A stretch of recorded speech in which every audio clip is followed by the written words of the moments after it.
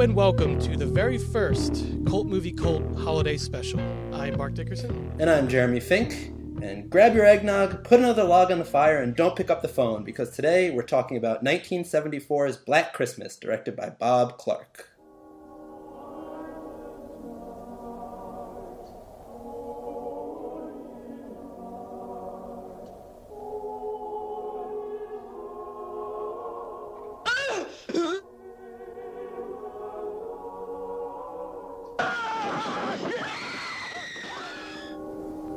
Remember those idyllic scenes out of your childhood? Crisp winter nights, star bright, sleigh bells, crackling Yule logs, candlelight glistening off of shimmering Christmas trees, chestnuts roasting over open fires, carolers beneath snow-covered window ledges. Remember those. Remember them well. After Black Christmas, they'll never be the same again. Black Christmas, starring Olivia Hussey, Keir Dullea, Margot Kidder, and starring John Saxon as Lieutenant Fuller. If this movie doesn't make your skin crawl, it's on too tight. Black Christmas follows the story of a group of sorority girls on Christmas break who begin to receive creepy and malicious phone calls from an anonymous man. At first, they think it's a joke, but when their sorority sisters begin to go missing, they realize that they may be in grave danger. Yes. That is the basic premise here. This movie is an interesting one, and I'm glad we're doing it for our first holiday special. We decided it would be a little timely for once, Jeremy, with the remake coming out. I'm very proud of us for doing this. Yes, We're not usually getting timely. ahead of the ball. Yes. Yeah. This was actually your idea, and because we were originally going to do Silent Night, Deadly Night 1 and 2, and which we will do eventually on one of these holiday specials, but because the remake is coming out, the second remake is coming out in just a few days here. Actually, it's coming out, in about 3 days. It's coming out December 13th, I believe, of 2019. So we decided we'd do an episode on Black Christmas, the original from 1974, like you said, directed by Bob Clark. Yes. So where to begin with this movie? A lot to unpack here.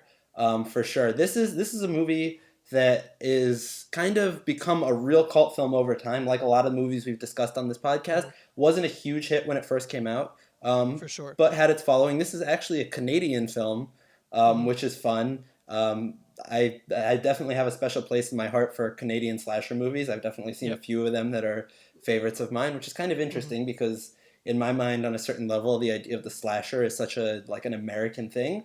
But today we're going to talk a little bit about kind of where some of these movies came from. Because Black Christmas, before we actually get into the plot, this movie is really, really influential from the very first shot of the film, which is a POV shot from the point of view of the killer, which for fans of the slasher genre would recognize that as being the opening shot of another famous slasher film, or perhaps the famous slasher film, Halloween, directed by John Carpenter. Yeah. Yeah, when that scene happened, the first thing that came to mind was, oh, they're doing the Halloween thing. And then I realized this came out much before 4 years, Halloween right? came out. Yeah, so that was my fault. But yeah, I was kind of blown away, honestly. I mean, because Halloween is thought to be one of the first of what we think of today as a slasher film. Even though there were movies that came out before it that were sort of considered slasher films, but Halloween is what many people consider to be the first one. So that came out in 1979. This came out in 1974. So they were ahead of the curve there, and I think they were doing some pretty wild ideas and things that hadn't really been seen before. And I'm sure POV has been done in movies, countless times, but in this particular film, the way it's done, it's very reminiscent of the which I want to talk about in a little bit, but the Giallo films of Dario Argento and people like that who would, you see the hands of the killer and you never really see the killer because it's a mystery. So throughout the film, you're seeing everything from the killer's point of view. Well, not everything, but you're seeing a lot of it. The moments of the killing and whatnot from the killer's point of view. So you see a lot of that here. You never actually see the killer. You may see like glimpses of them in the background and things like that, but you never really find out who it is. Yeah, but you're never confronted with it. Yeah. All right, so like we said, beginning of this movie kind of starts with this POV shot. What I really liked about it, kind of first off, is just how they draw you into the world of this film. Yes. Yeah. It's a really kind of like I feel like it kind of gets Christmas in a weird way, which is something, there's a lot of movies about holidays Hmm. that feel like they're kind of over the top. Hmm. Um, Yeah. It doesn't feel forced in this movie. yeah, It it feels like doesn't. it's just a part of the scene or a part of the what's Yeah, going on. like it feels like it's a movie that you can watch any time of the year and it's Yeah. still going to be a good movie. It just happens to be set on Christmas, Yeah. whereas a lot of movies, I feel like have to be specifically like, oh, it's a Christmas movie, we're going to watch it around Christmas. But this Hmm. one, the setting is Christmas, but there's nothing so specifically Christmassy Yeah. about it that it's, There's no killer Santa like in yeah, there's nothing like that. other It just movies. it's Yeah. just it's just that time of year which Hmm. creates this kind of cold, destitute environment. The fact that they're on break makes it seem like they're a little more stranded Hmm. right from the beginning. Yeah. And then also that some of these characters are like a little tipsy the whole movie. Yeah. Also creates this like this Yeah. layer of danger, but it's also this funny little Christmas thing because it's like this feels like the holiday season. Like they have Hmm. the sorority mother in this Hmm. film who I believe that role. I actually read that role of the sorority mother was originally offered to Betty White, but she turned it down, Oh wow. which would have been a really Been something. interesting. I mean, Yeah. if this movie wasn't enough of a cult movie, that would have That would have really. taken it to another Yeah. level. But this Hmm. idea, it's kind of like this weird surrogate family around the holidays, and each Hmm. character kind of fills their own little niche of like who they are and where they fit in. So when these calls start coming in, you kind of immediately get this really rich characterization and feel like you know these people. Yeah. It kind of challenges the thing that we go on to see in a lot of 80s slasher movies where there's just kind of like your one main character who's like the good girl, and then Hmm. everybody else is kind of like ditzy or sexually promiscuous, but like they don't really Yeah. have any characterization, where like all of these characters felt, human and interesting, Yeah. and I wanted to see what was going to happen to them and where they would go. Definitely. They felt very lived in, like very lived in characters. And Hmm. Margot Kidder, especially, is in the film, and she has a very naturalistic way of Hmm. acting. And I thought that gave it a lot of depth, and it kind of brought it to another level, like you said. It could have just been a run of the mill, hey, it's Christmas, and throwing a bunch of Christmas themed things in your face, or iconography and stuff. But it's really Hmm. just more of like a feel. Yeah. Like they're having a Christmas party, but just the way it's lit and the different things that are going on just gives it that feel of Christmas time. Hmm. And there just happens to be a homicidal maniac Yeah. stalking them. Yeah. So the first thing that he does, this killer, is he makes a call, and that's pretty much what starts off the events of the movie. So it's during this holiday party where they receive a phone call from a stranger, which is now sort of a trope that you see a lot. I mean, it was lampooned famously in the Scream movies. Yeah. But this was still a little early on in these types of films. So, and I thought, the phone call itself, it can come off as a little silly and like a little over the top, but it Yeah. also has a way of being a little creepy, I thought, because Yeah. yeah, the things that he's saying, and he's just really, really going for it. And some of It's just so explicit and so kind of twisted yeah, that like you yeah. almost laugh at it, but then you kind of put yourself in the shoes of being in that situation and Mhm. realize how absolutely horrifying it would be to get a phone call like that. Well, he sounds unhinged. Like, Yeah. he sounds completely deranged. Yeah, he kind of sounds like the Joker in Batman or something like that. Yeah. But like Something way like that, crazy, yeah.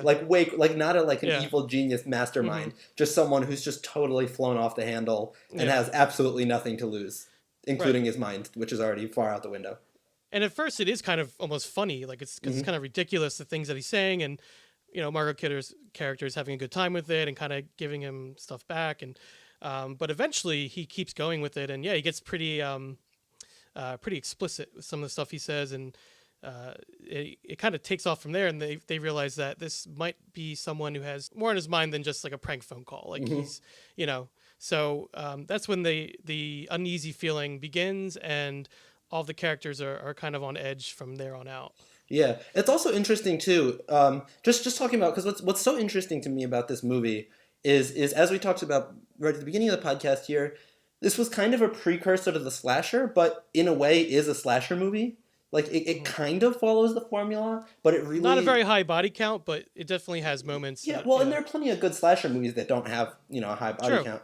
But Very true. what's interesting is that like all of the things that personally, I have like gripes, and I love the slasher genre. I've watched so many slasher movies. It's one of my Oh favorite yeah. genres, just because I find it to be like purely a cinematic thing. It's all about Hmm. creating suspense. It's all about, putting you on the edge of your seat, which is just super fun to watch, Hmm. regardless of all the kind of subversive stuff that 30 years later we look at now and are kind of not as Hmm. fond of. But this movie, one thing that I really enjoyed about it is a lot of the things that I find kind of trite or played out in slasher movies. This movie seemed to avoid. Hmm. For example, I could be wrong here, but I'm pretty sure we don't actually see anyone get murdered on screen. Um, Not that I can recall. Yeah, You may see exactly right after it, but you don't really see the actual act of the yeah, killing. you see the aftermath, but I think what that does is it keeps it in this kind of like psychological space, Yeah. where Well, Bob Clark did say he considered this more of a psychological horror film rather than a slasher a film, slasher, yeah, which I totally which I can get, definitely see. Yeah. because I think it never let itself become about the how you could violently murder Hmm. these Yeah, the people. most creative ways that characters can Yeah, get killed off, right? and the ways they were murdered was really creative, but it Yeah. wasn't it wasn't violence porn. It was like Hmm. it was about how you kind of got there. It was about the feeling, but then all of Well, a sudden they were gone. And what's interesting yeah. with that is it kind of puts you in the position in a way of like of the main character, Hmm. played by Olivia Hussey of Romeo and Juliet fame. Right. But it kind of puts you in her shoes in a way, not directly, obviously, because she Yeah. wasn't finding these bodies right away, but in the sense that if you were in a situation where something like this is happening, all you're seeing is the aftermath. Yeah. And you don't know what's happened, and your imagination has to Hmm. kind of wander, and you have to piece together, what Hmm. happened to these people, and I think that's a lot scarier maybe than seeing it Yeah. happen. The very first death we don't see at all. We actually Yeah. just see the body afterwards, Hmm. in the plastic dress bag. Yeah. So, yeah, there's not really much violence in the film, and that kind of differentiates it from Giallo films, which Hmm. are very over the top and Extremely violent. stylistically bloody and violent, Hmm. Which is great in its own right, but Yeah. just not this kind of film. This is more psychological, I think. So, Hmm. and more atmospheric, I would say, as Hmm. well. Yeah, this does it in like a kind of more sly way. Yeah, You have it the creeps up on you. yeah, Yeah. you have the feeling of violence. I would think about it, if we talk about a movie like Reservoir Dogs or something like Hmm. that, where when you think back to it, it feels like it was this really violent movie, but you Hmm. realize that there's only actually about a Yeah, minute to 2 minutes of actual violence in the whole movie. it's actually a Um, very restrained film. yeah, I realized. Yeah. yeah, or a Hitchcock movie, and I'm sure Hmm. Hitchcock was an influence on this, Hmm. um, where it's the same thing. Which Hitchcock probably was kind of acting in that way more because of the censors that he had to get around. Yeah. But where there were some really crazy violent things that would happen in a Hitchcock movie, even in Hmm. what I think is probably his most violent movie, which is Psycho, with the Hmm. shower scene. Like you never actually see her get stabbed at any point. Right. Um, It's the human mind that fills in the blanks, and yeah, we it's the think we see implication. things. Right. Yeah. Which is really interesting. I don't know, especially for the '70s, which was a time when I think a lot of filmmakers were really trying to push the boundaries of what they could show on screen. Hmm. You had a lot of filmmakers experimenting with Taking extreme risks. violence, Yeah. nudity, Hmm. profanity, like drug use. All they're just like really pushing those things for the first time. And Hmm. this film was so reserved, but like it felt a lot crazier. Like it felt like they went a Hmm. lot further than a lot of those movies Yeah, for for some sure. weird reason.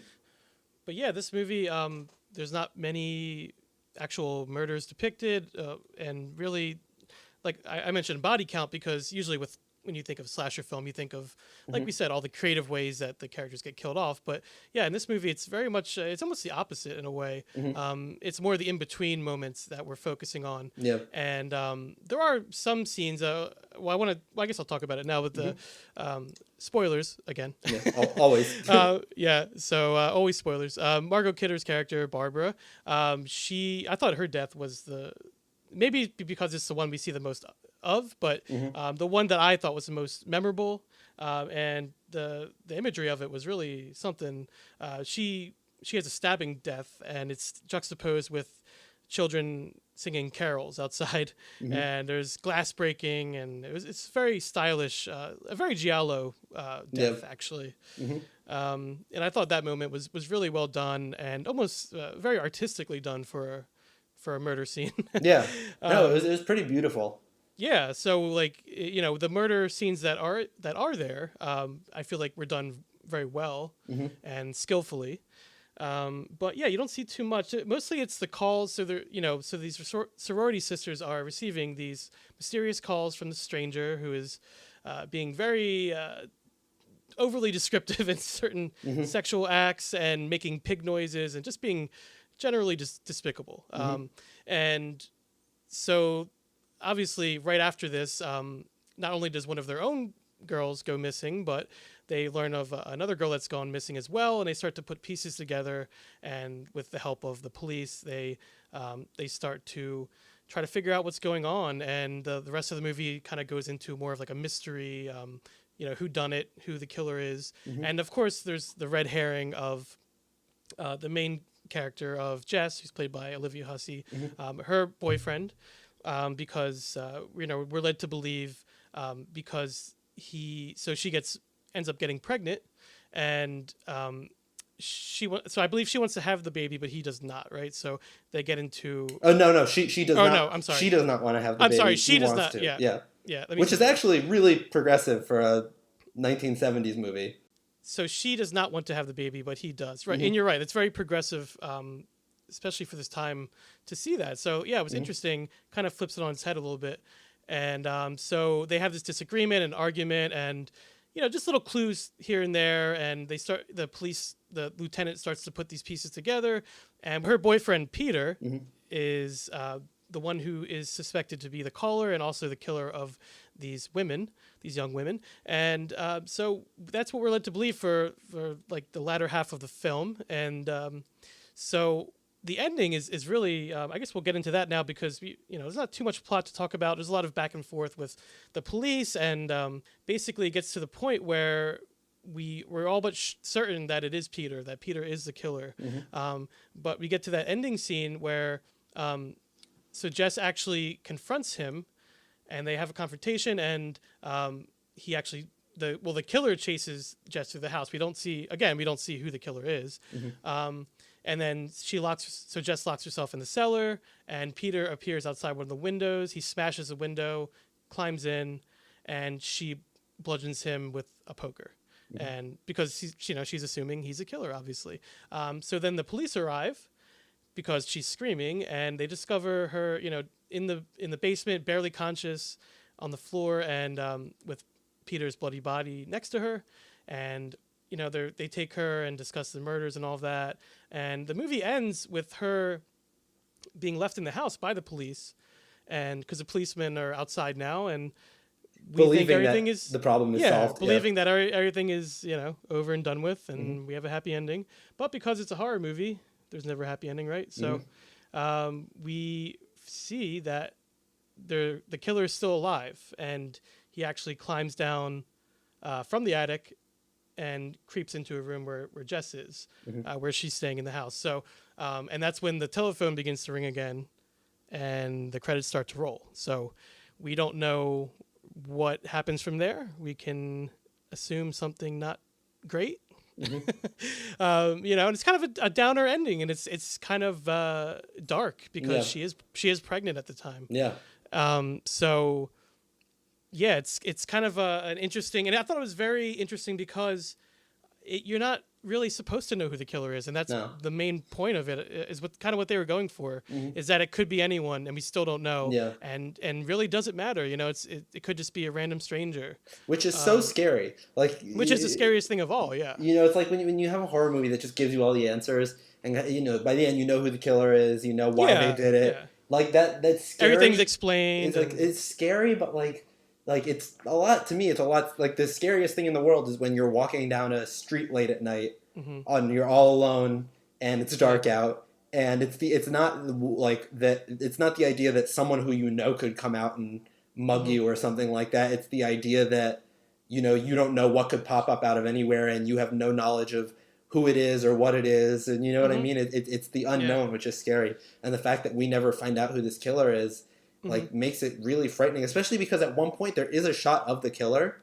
We do get one shot, but it's kind of lit in a way where we see he kind of looks like Peter, the boyfriend, but so it's clearly a young man, which means it's probably someone on the college campus, Yeah. one of the college students, which is extra particularly frightening because we're never shown him, which means that, you know, it's not this, you know, like a scary old man. It's not, you know, it's a young person who's just kind of doing his thing. Yeah. Um, And it's, yeah, like you said, it's much more unsettling to know to not know who that person is. It just makes it stay with you a little bit more. Yeah. I think.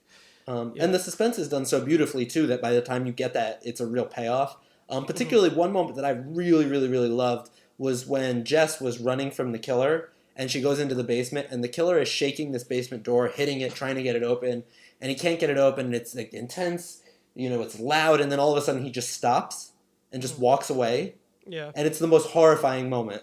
Which is kind of counterintuitive because generally, you know, the rule of thumb is that when you're building suspense, you're generally trying to keep it going as long as possible.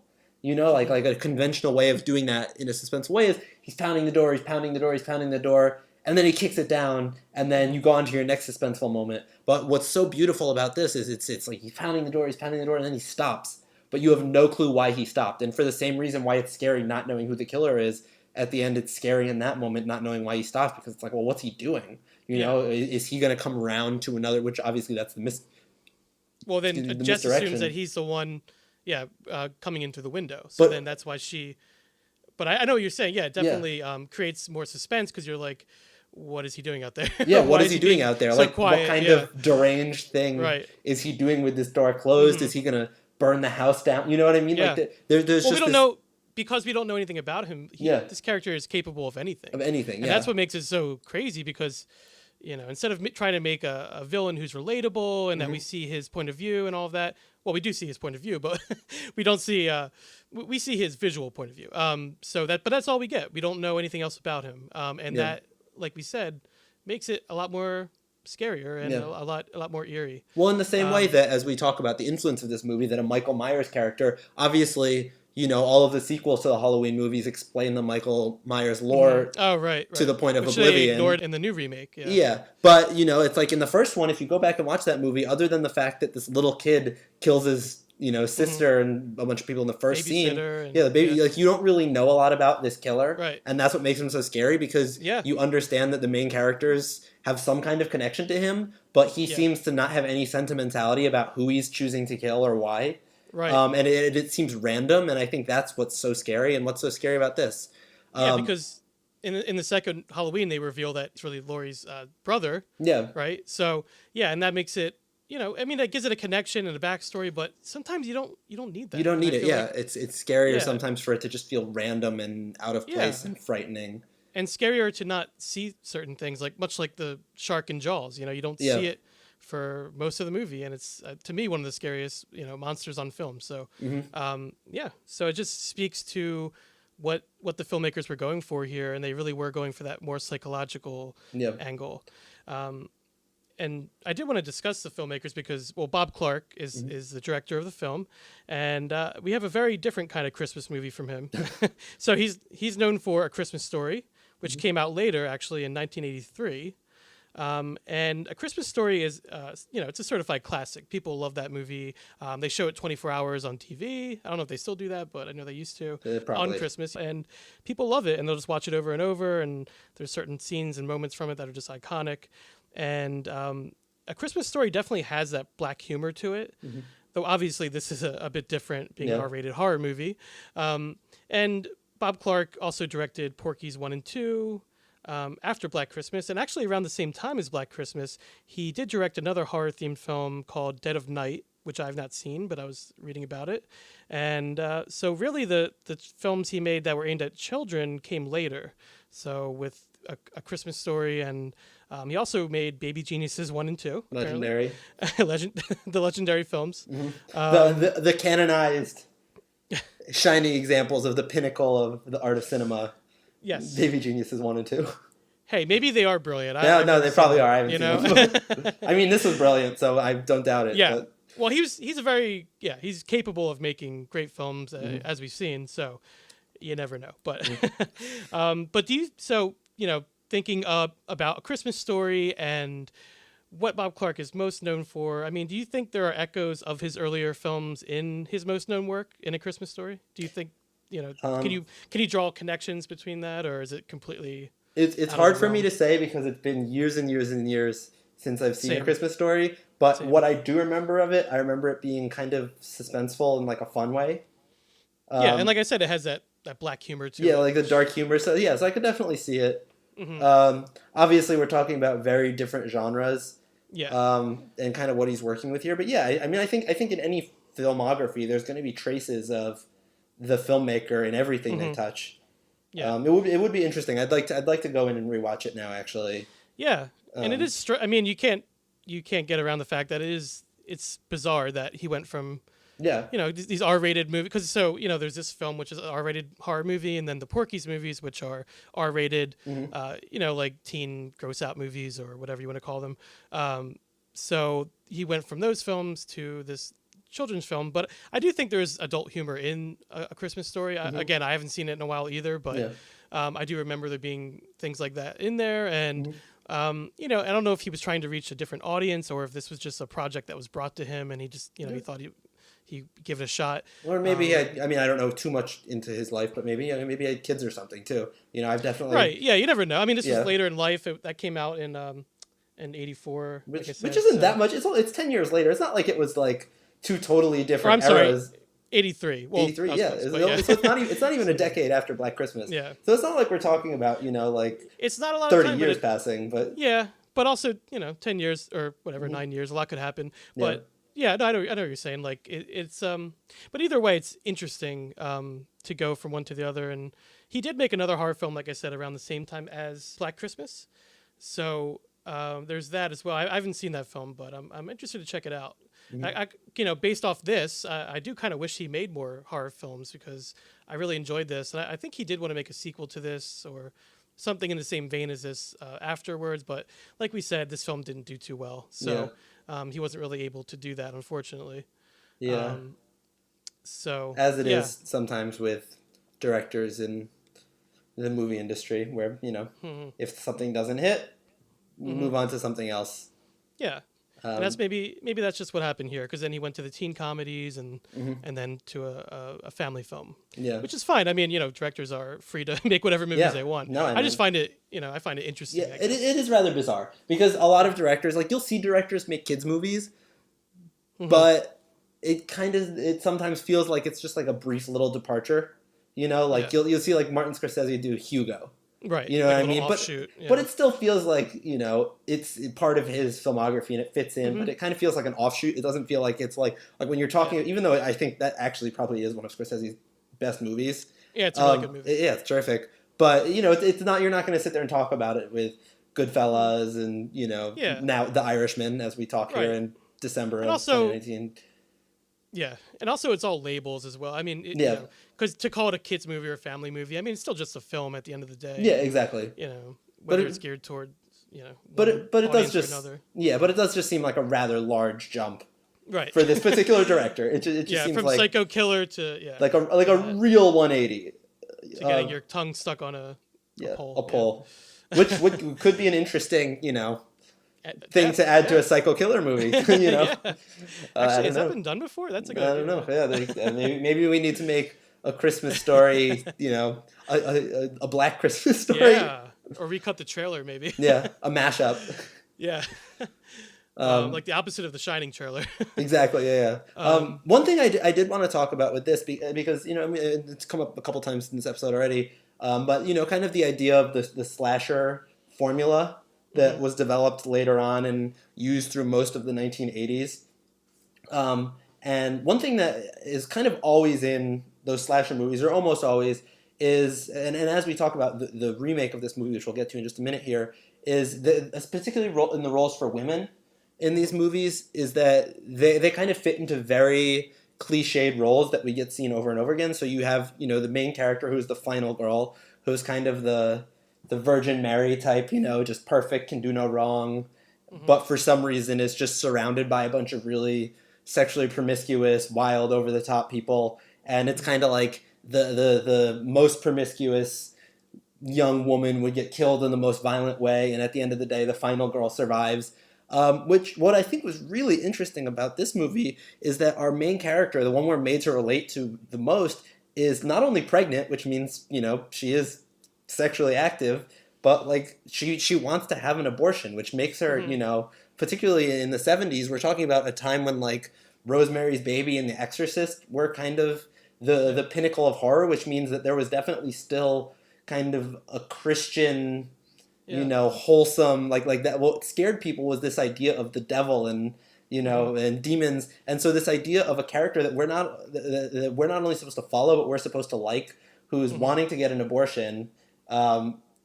And she's the one we're kind of rooting for, is really, really subversive, even for today. I think in a horror, like in a horror movie today, I think that would even still to this day be a hard sell. But like I find her to be a really likable character. A lot of that I think due to Olivia Hussey's performance, which I absolutely love. That we have this sorority girl with an accent who kind of sounds like she's a 1930s or 40s, Shakespeare. I didn't even think of that. Yeah, that's funny. Like it's kind of funny, but yeah, she gives a great performance, but she's so likable, which is just so subversive. It's really interesting and really exciting, I think.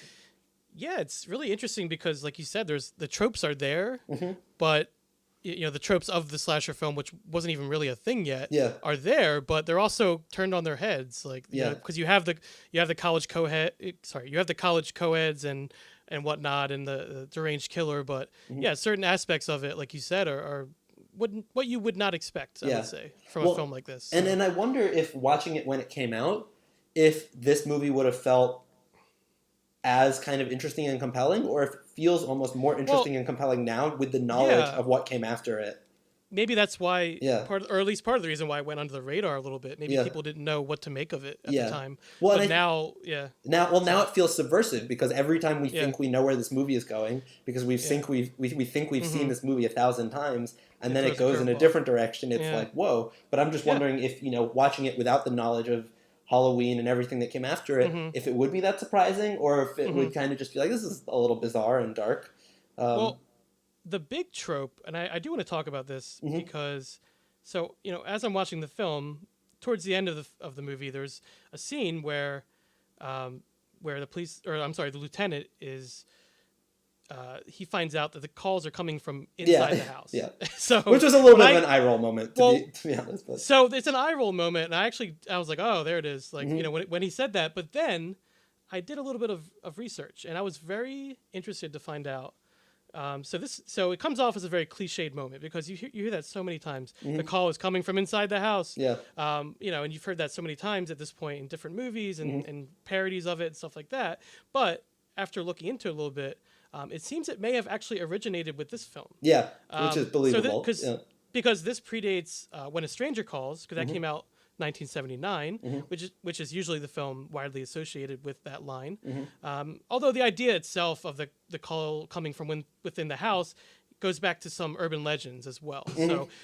So it does have like a history, but as far as on film, this may be the first time. I don't know if I could definitively say that, but from what I was looking at or reading about, it appears so. So that was very interesting. And again, that kind of goes back to these tropes that we think we know and all that, being turned on their head. And I mean, they were kind of, like ahead of the curve, I would say. Well, and tropes become tropes because they're good to begin with. It's like people don't copy things that are terrible. People try to copy things that are really, and it is really good. It's really clever, particularly, for then when it's like, we didn't have cell phone and call it. There's a really great joke. That was a big deal. There's a really wonderful joke that I've always loved in Scream 2. And it's like the main character, I believe is it Sydney or Cindy? I always get it mixed up because in the Scary Movie franchise, the character I think is Cindy, but whatever, someone who sounds like that. But she gets a call and it's the scary killer's voice, but it's the second movie, and she just is like, oh hi, such and such from Seattle, Washington, and because she has caller ID. And she's just like, she solved the whole problem because she has caller ID. Which is so technology funny. Was already becoming a problem for these movies. Although I will say the sequences in this movie of them trying to identify where the call is coming from are brilliant. Yeah, like those long dolly shots where they're flying through all these gigantic rigs that are connected to the phone lines are so compelling and so fun. The lighting, I mean, the cinematography in Yeah. this movie Oh, is definitely. Yeah. unbelievable. There's Yeah. even, and it's a thing, I've kind of grown to be fond of it. I know it's not something that's everybody's cup of tea, but you can really, really see grain in this movie. Like it's, and it might have just been the print that whatever upload, this, I watched this on Amazon Prime. Same. The particular print, I guess, or maybe just the movie was shot, and I think they were shooting in a lot of low lighting situations, which is probably Yep. why you get that A really lot of extreme grain. candles and yeah. And like I kind of love it. To me it just gave the whole thing this sense of movement. It's obviously a little distracting when you really see grain because it reminds you that you're watching a movie. But once you kind of settle into it, just this grain and just this constant movement to Yeah. me gave it this kind of dizzying effect, particularly when we were getting shots that were like lit by Christmas lights. And it like wasn't clean. It was like dark, and you had kind of to strain your eyes to really see what was going on. And it just gave this film this real sense of life. I wonder, Yeah. yeah, it was really, really rich cinematography. Cinematography, the atmosphere is incredible. I think brings it to another level for sure. So yeah, one may be tempted to look at this film as just another horror movie, but I think there's a lot more going on here, and definitely a film worth Yeah. taking a look at if you're a fan of film. Yeah. Or, yeah, there's a lot going on. So yeah, we talked about the tropes, we talked about Halloween. I do just want to touch on the Giallo influence again. Well, first, I mean, I guess I just want to ask you, Jeremy, do you think there is a Giallo influence, or do you think that was coincidence, or No, I think there's definitely a Giallo influence. Particularly the movie that popped into my mind. I went through a large Giallo phase. I want to say like 4 or 5 years ago at this point. So they're a little fuzzy to me. They're not super fresh in my mind. yeah, But the movie they Blood. tend to blend together. Yeah, blend they together do a after little while. bit. But the movie Blood and Black Lace, directed I by haven't seen Mario that one. Bava, which actually came out in 1964. So for a young budding Bob Clark was probably right about the era when he was very, Right, very enthusiastic about discovering movies.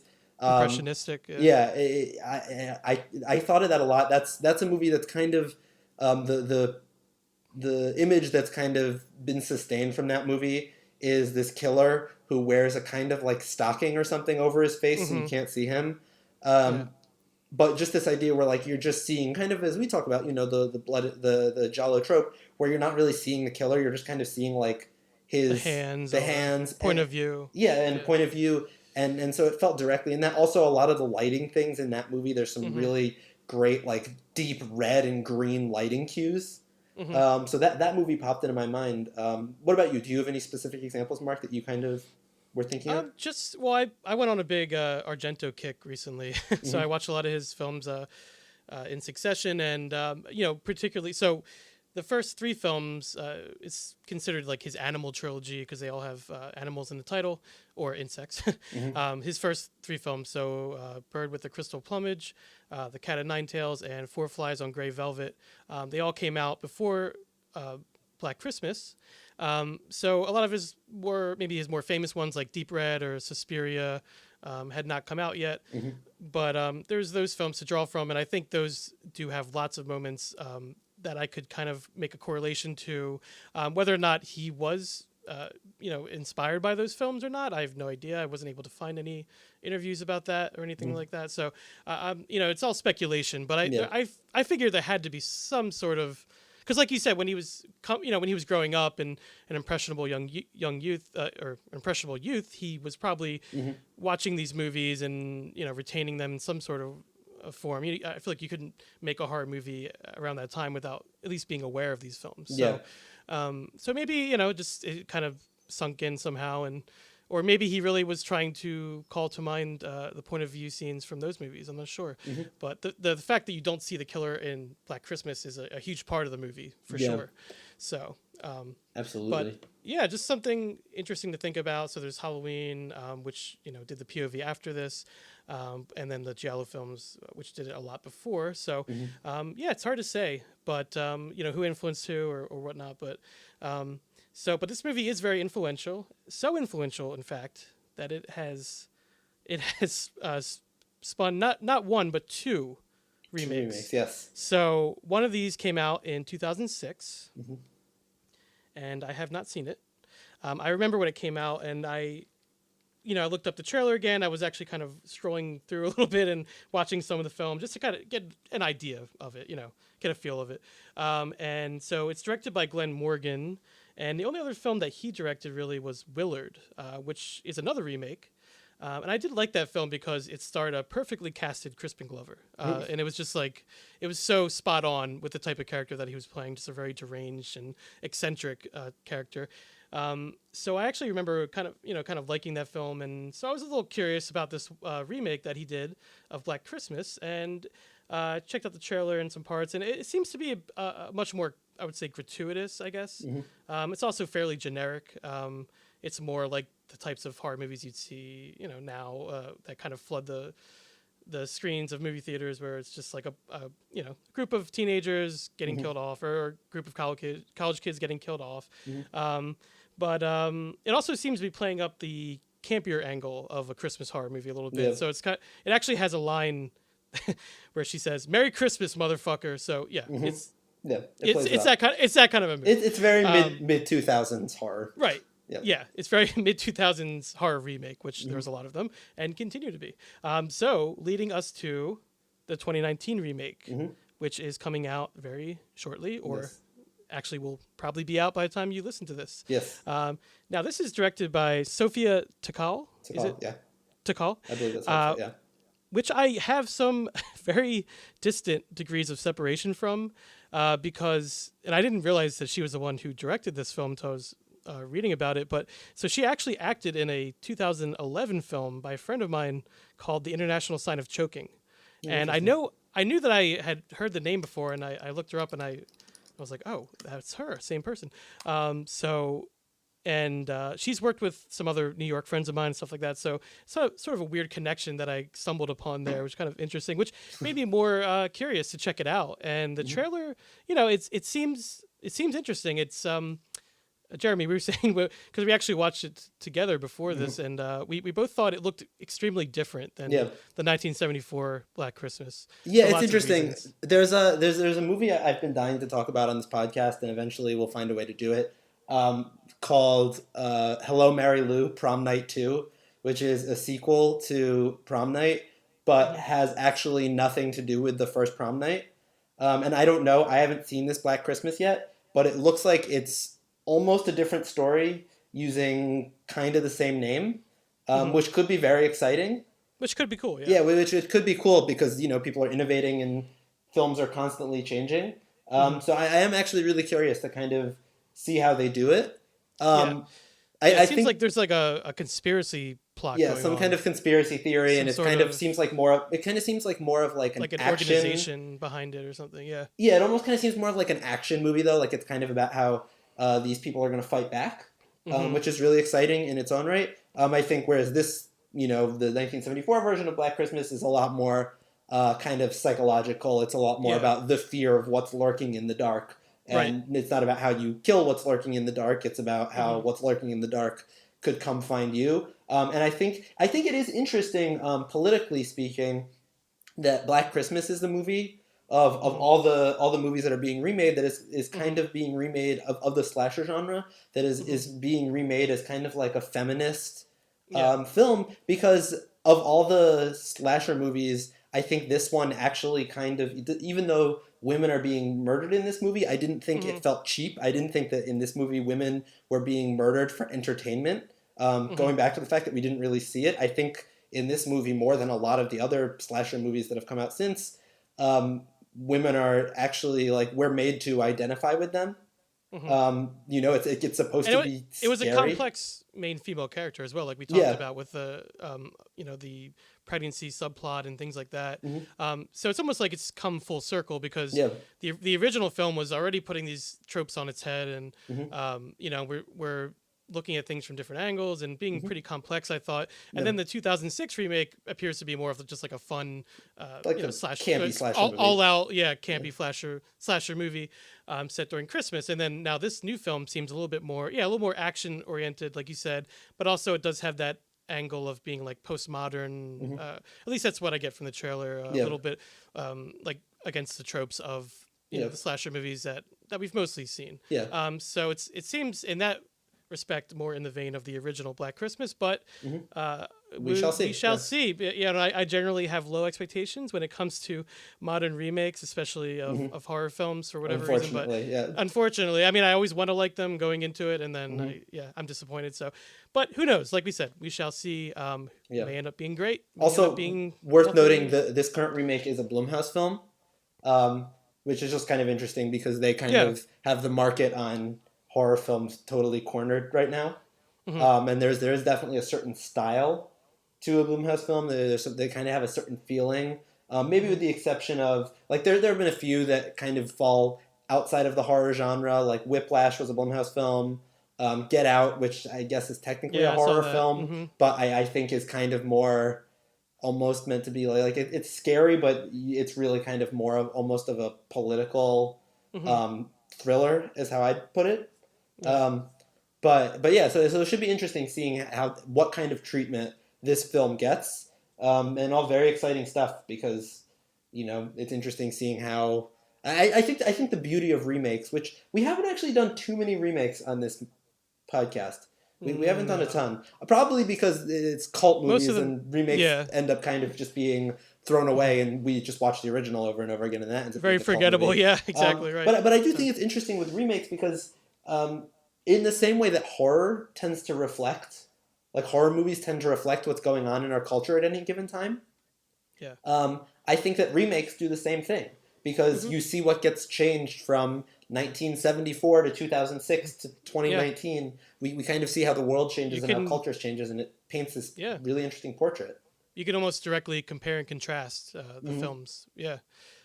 Yeah. So, we'll have to wait and see about that. But I wanted to close out this episode with a question about these remakes. So, Jeremy, why do you think this film in particular has been remade twice? Like, why do you think this particular cult film resonates so much, or what is it about this cult film that you think Um, people are responding to? so I have a complicated answer and a simple answer. All right. I think first I'll give the simple answer, and that is that it's a horror film set on a really popular holiday that people are really into the culture of, Hmm. and it's easier to get people to get into the theater and make money when there's already the draw of the name recognition and the Hmm. fact that it's on a big holiday. Yeah. It's kind of just an easier sell than it's probably an easier sell than Black Hanukkah. You know what I mean? Like it's that so that's the simple reason. Right. Right. But a Okay. complicated reason, um, I think that people are drawn to this movie because it's kind of something universal. It's a really kind of on its base level is a story about not feeling safe in your own space. Hmm. It's what's lurking in the dark. It's the unknown, Hmm. which is what a lot of horror movies play on. But I think it's also this idea because it's set on Christmas is that's a time that is associated with being around family, Hmm. being Peaceful. cozy, peace, Yeah. love, literally like, which is actually something I didn't really even think of with this. But if you think about the Christmas story, you're talking about like the Virgin Mary and Hmm. all of that, and like the main character of this story is pregnant Hmm. and trying to not keep the baby, which it just dawned on me how kind of crazy, meta, and brilliant that is. Um, but yeah, but I think that threat when you're supposed to be feeling safe would for Hmm. me be the thing that lets this persist. What about you? Do you Hmm. have an opinion on why you think this one keeps coming up? Well, like you said, I think there's the shallow reason of it, being a horror film set during Christmas, with a bunch of co-eds. I think that's kind of like a universal thing that a lot of people will be interested in. But then, yeah, like there's, like you said, times change and there's different uh, angles that could be taken on, different subjects. And I think this particular story, I think it's pretty ripe for, I don't usually say this because number one, I usually love the original more than whatever could be remade from it. So, and I'm not saying I'll even like this remake. I'm just saying I understand why they're going to remake it, and I also understand why it was remade in 2006 because that was in the flood of many older horror movies that were Hmm. being remade around that time. They remade Texas Chainsaw Massacre, which is like one of my favorite horror films of all time. Hmm. So they made it a lot more generic and they kind of watered it down a lot, in certain ways. So, so there was that wave of remakes, and now I feel like there may be another wave, and in the age of reboots and all of that, this is actually a little bit different, I think, in sort of an interesting way, and because it has more of like an indie feel and more of like an indie, I would say, like, I think the producers, like Get Out and things like that are behind it. I think it could be interesting. Yep. So, but I think there's just something about this idea that there can be a lot of different interpretations of. And while the original is a classic and phenomenal film, I think in a lot of ways, I think there are different ways that maybe it could be spun. But also maybe, people could just make a new movie, a new horror film based around Christmas time. Like, I don't necessarily feel like it has to be called Black Christmas or anything like that. You know what I mean? I agree. I mean, there's always that thing with it's remakes. done more for it's done more for marketing purposes, and to people always want that name recognition, and this is a cult film. Not that it's even a huge film or anything, but it's just a good name, Black Christmas. It's a good name. No, it's a good name. And we also don't know how sometimes there's things with movie rights. I think I can't remember what. I think it might have been. In the series that I don't know if the episode, I believe it already came out. When we were talking about Return to Oz. Yes, that one just came out. Yep. That was a movie that they wanted to just make the movie because they own the rights to it. Yeah. So it could be a thing too where we see these remakes and maybe it's just something where someone has picked up the rights to the Black Christmas brand and is like, screw it, we already have the rights. We might as well make one. We might as well get one out there. You said it. Yep. So who knows? Who knows? We knows? We like to complicate things, but a lot of the time, I think it probably ends up being a lot more simple than we think. It could just be a popcorn flick. I mean, who knows? Yeah, who knows? And who knows how much it's going to actually relate to the original? I mean, it could be a lot, or it could be hardly at all. So we don't know. But there is something about this film. I think it is kind of like an anomaly in a way, and it stands on its own because Bob Clark didn't really make anything else quite like this, and because it came out earlier than a lot of films that we associate these kind of films with, so it kind of stands out in a lot of cool ways. So I guess that's going to do it for our very first holiday special here at Cult Movie Cult, and we will do one during some other holiday. We haven't discussed it yet, but we'll figure it out. All right, well, thanks for listening, Cult Movie Cult. You can find us on Twitter, Instagram, and Facebook. If you have any cult films you'd like to hear us discuss on the show, or if you'd like to officially join the cult and be in Christmas, officially join the cult and be a guest on the show, please feel free to reach out to us at cultmoviecult@gmail.com. This has been Cult Movie Cult, and until next time, so long from the other side, and happy holidays, everyone.